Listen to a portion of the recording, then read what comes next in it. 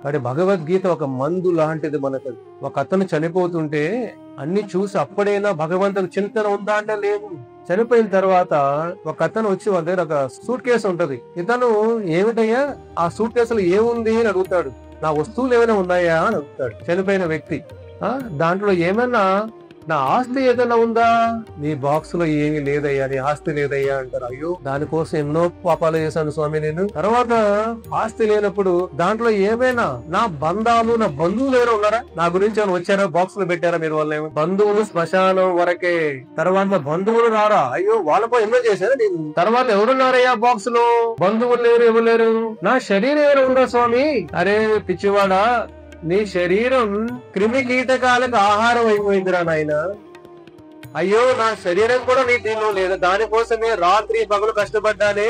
అయ్యో నా ఆత్మ ఉందా సార్ బాక్స్ ను? ఆత్మ భగవంతుడికి సంబంధించిందిరా. భగవద్గీతలో 15వ అధ్యాయం పురుషోత్తమ యోగ 8వ శ్లోకంలో కృష్ణ భగవాను చెబుతారు, మమైవాంసో జీవనౌకే జీవభూత సనాతన. ప్రతి జీవుడు కూడా అర్జున నా అంశలు వాళ్ళు. నాకు నిజంగా మైండ్ దిగిపోతుంది. ఏముంది బాక్స్ లో? నా ఆస్తులు లేవు, నా శరీరం లేదు, నా బంధువులు లేరు, దీంట్లో ఏముంది చూడాలనుకుంటున్నావా అని ఓపెన్ చేస్తారు ఆయన. Empty box. జీవితంలో ముందుకు రావాలి, మన కష్టపడేది మన ఫలితం రావాలా కాదా? కాబట్టి సాధన ఎప్పుడైతే మనం నిష్ఠగా చేస్తామో అప్పుడు మన జీవితంలో సున్నలున్నా మొదట ఒక్కటి యాడ్ అవుతుంది. ఒకటేమిటి? భగవంతుడు. కాబట్టి భగవంతుడు చేరుకోవాలని ఆకలి లోపల ఉండాలి, భక్తి ఆకలి ఉండాలి. భక్తి ఆకలి ఉన్నప్పుడే ఈ దేహానికి ఒక విలువ.